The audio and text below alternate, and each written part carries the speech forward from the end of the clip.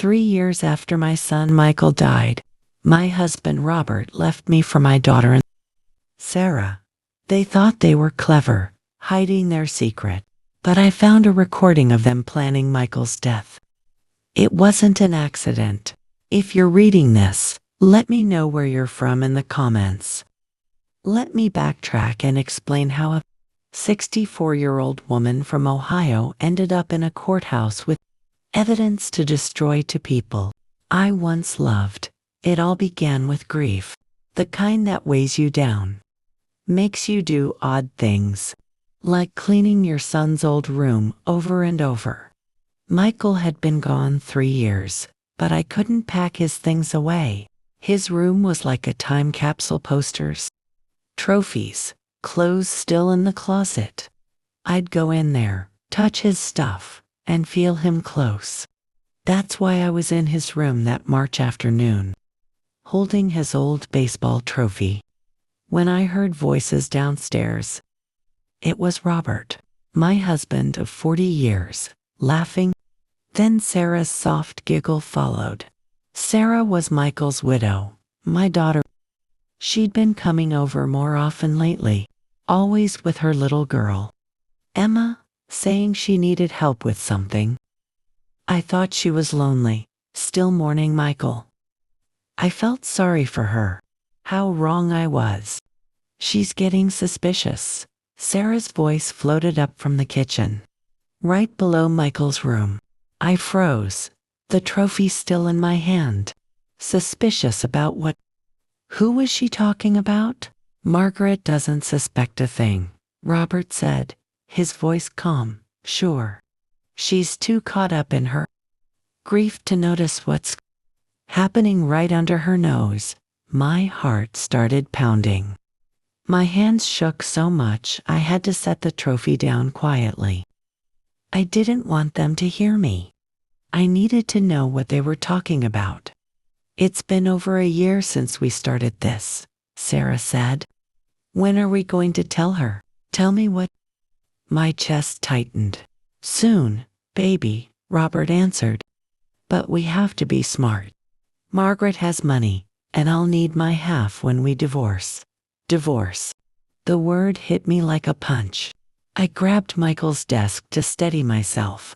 Robert wanted to leave me for Sarah, my son's wife. How could this be happening? Then Sarah said something that stopped my breath. I just wish we didn't have to wait so long after. You know, after what happened to Michael. A long pause. Robert's voice dropped lower. We agreed we'd wait 3 years. Any sooner would have looked suspicious. Suspicious. Why would their relationship look suspicious? Michael died in a car accident. What did that have to do with them? I know, Sarah said, her voice almost dreamy. But I still can't believe it worked.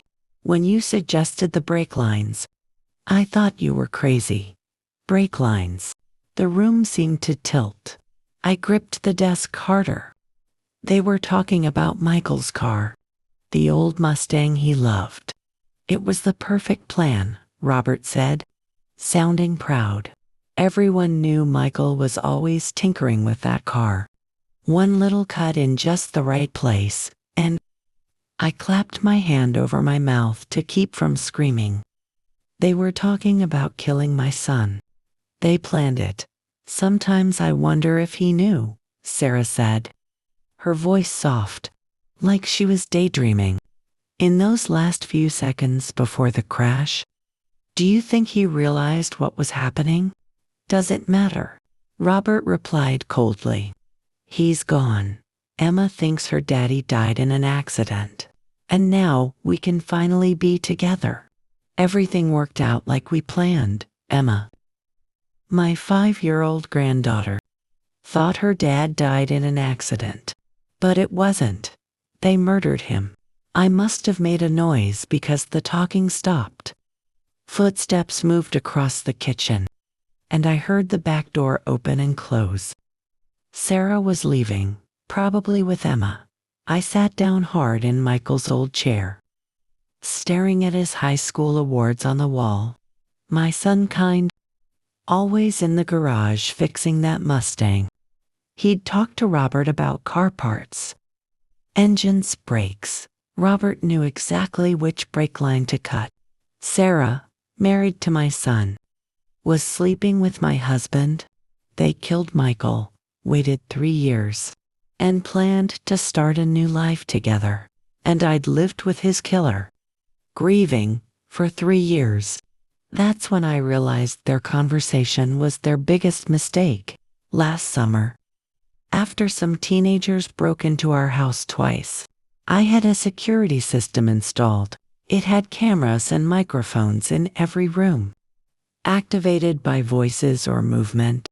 The company said it was for insurance, to record everything.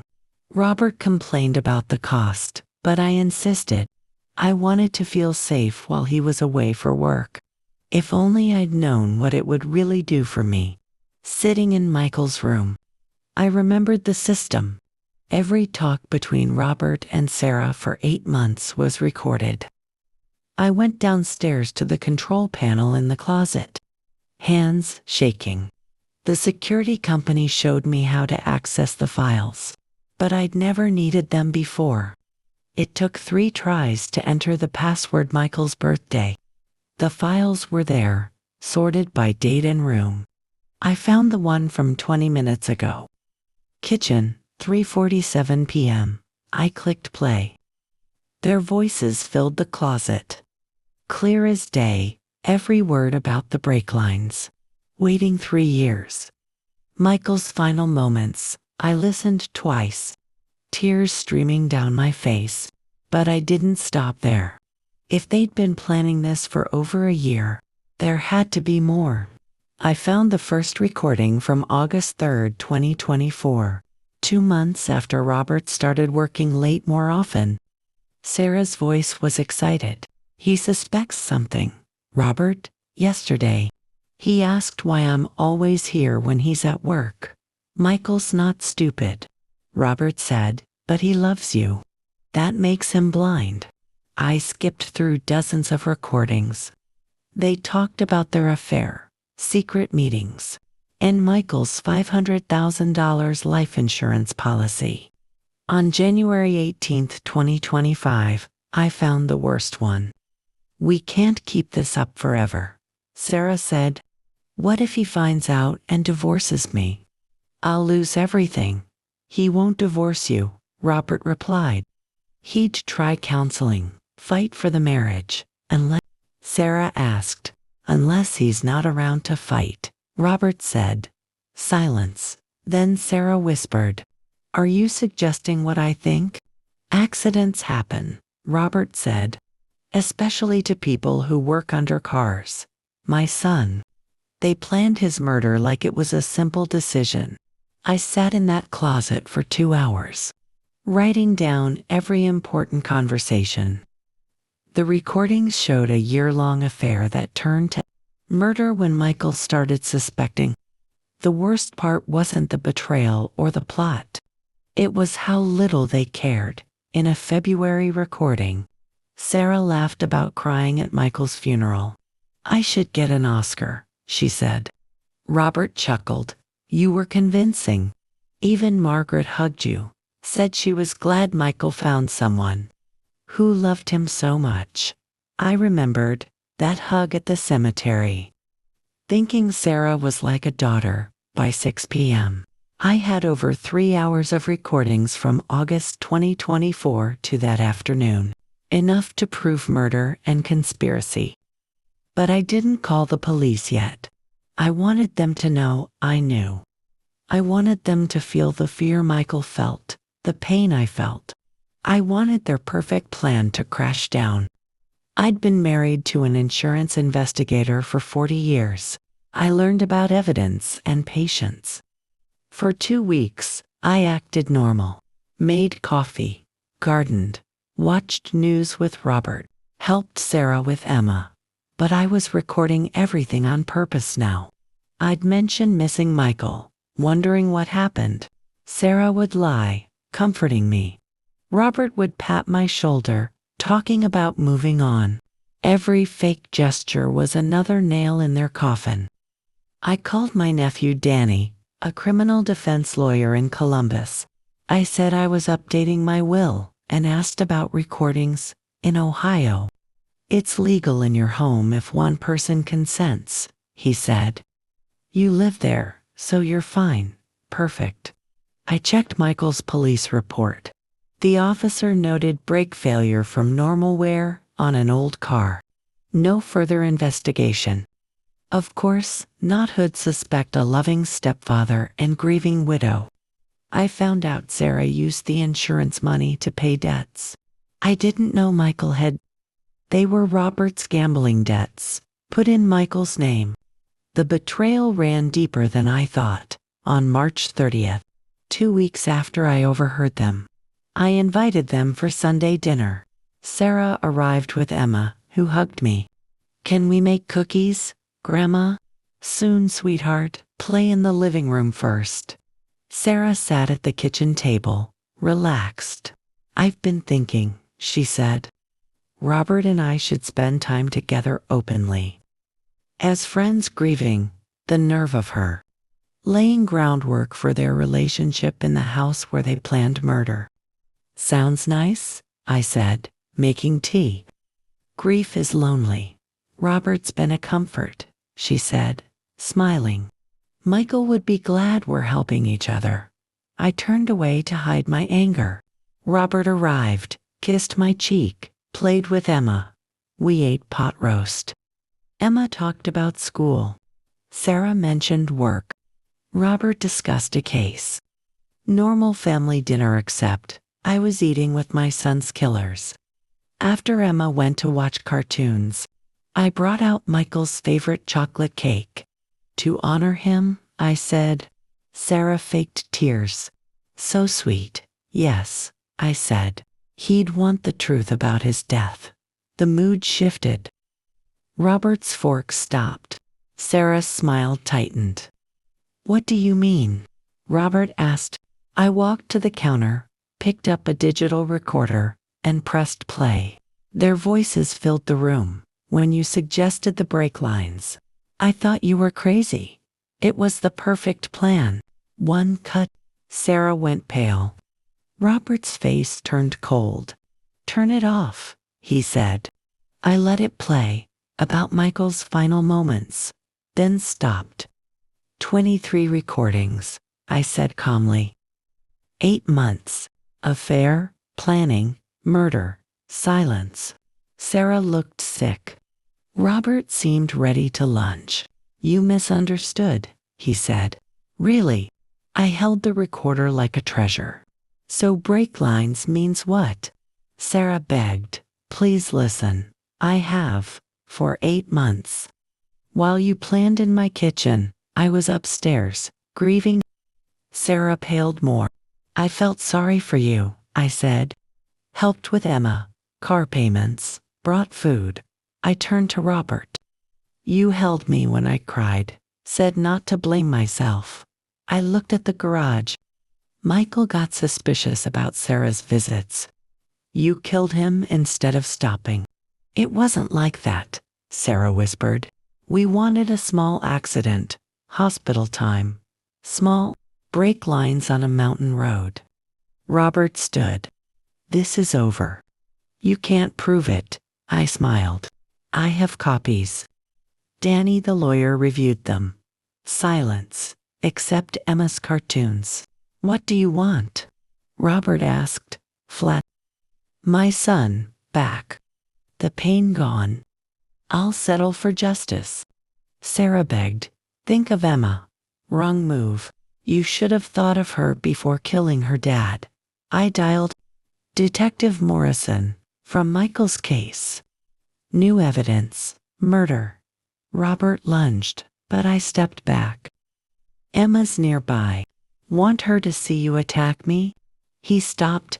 I told the detective, I have proof Michael was murdered. Detective Morrison arrived with an officer and technician. I sent Emma home with Sarah first. Sarah begged, another way. Yes, not kill my son, Robert said. Can't prove intent. We'll see. They listened to the recordings. Morrison asked, when made? Altered. Why wait? Security system after break-ins, unchanged. Waited. For enough proof. This is a murder investigation now, he said. My house became a crime scene again. Recordings checked, voices confirmed. A mechanic found clean brake line cuts, not where. Original investigation was routine, Morrison said. No foul play suspected. Sarah was arrested at work, collapsed. Robert, too. Town shocked. Newspaper headline, widow finds murder proof. Reporters called. I refused. This was for Michael. Friends brought food. My sister came from Kentucky. Sarah's mom, Linda, called. Can't believe Sarah did this. Me neither. What about Emma? Hard question. Michael would want her cared for. 3 weeks later, my lawyer called. Sarah wants a plea. Testify against Robert for 25 years. Says he manipulated her. Means convictions. Okay, with 25. I thought of Michael's spots in the house. Sarah out at 53, Emma gets a chance. Consider, but hear her confession. Meeting in DA's office. October, 3 years after Michael's death. Sarah in jumpsuit, looked worn. Cried seeing me. Sorry, I stayed quiet. Lawyer, full confession for 25 years. Parole possible. DA tell Mrs. Foster. Sarah, affair July 2024. Michael suspicious. We loved, didn't want to end. January, Robert said if Michael gone, we'd be together. Knew he worked alone in garage plant. Brake lines cut before poker on Mountain Road. I gripped my chair. Your role? Distract Michael. Fought about money while Robert cut. I remembered Michael's upset call that night. I told him to be patient. After, Robert coached grief. Police talks. Emma? Something else, her lawyer said. Sarah, Robert wanted to wait longer. I pushed. That day you heard, I threatened to tell you. He reminded me of brake lines. If she'd waited, I might not have known. Questions? Da asked. 25 enough. Nothing enough, Sarah said. Destroyed lives. True. Emma would be 30 when Sarah's out. I accept. I turned back. Emma will know. Be ready to tell her the truth. I will. Robert's trial, January 2026. Sarah in prison. Courthouse packed. I sat front. Michael's ring around my neck. Defense. Recordings shock. But context matters. Prosecutor, he caused her grief. Lived with her suffering. Recordings played. Jurors horrified. Defense blamed Sarah, manipulated him. I was ready on stand. Hated Sarah? Yes, instincts right. Why wait? Enough proof. Why not suspect? Trusted them. Love blinds. Robert testified, loved Michael. Affair after death. Sarah obsessed with murder theories. I humored her. Lies. Prosecutor. Perfect plan. Sarcasm. Final moments. Out of context. Looked foolish. Sarah testified via video. His idea. I recorded too. Scared. Her tapes. Planning details. Act soon. Leave to me. Trial over. Then Detective Morrison. Michael's boss said he worried about tampering. Boss Dave. Michael scared. Checked car. Asked about sabotage. Worried about Robert's brake questions. Michael knew danger. Planned mechanic check after poker. Suspected affair too. Jury, guilty fast. Murder, conspiracy. Before sentencing, Linda called. Emma said something. Met at cafe. Emma hugged me. Linda. Emma played dolls. Mommy doll. Daddy knows baby. Tell Robert baby. Sarah, pregnant, Roberts. Lost it early 2025. Michael found test. Knew not his. Motive, hide pregnancy. DA reopened case. Psychologist Emma's memories real. Sarah, pregnant, Robert father. Michael confronted dates. Demanded test. Murder to hide baby, not just affair. Judge, depraved. Robert life, no parole. My statement, lost son, grandchild. Michael died protecting family. Calculated. Peace came. Started Michael Foster Foundation for kids losing parents to violence. Emma visits. We bake. Talk daddy. Told simple truth. Bad people hurt him. In jail. Sarah writes, I don't reply. Emma will know full truth later. Heartbroken, not bitter. Truth wins if patient. Justice inevitable. Thanks for listening. Don't forget to subscribe and feel free to share your story in the comments. Your voice matters.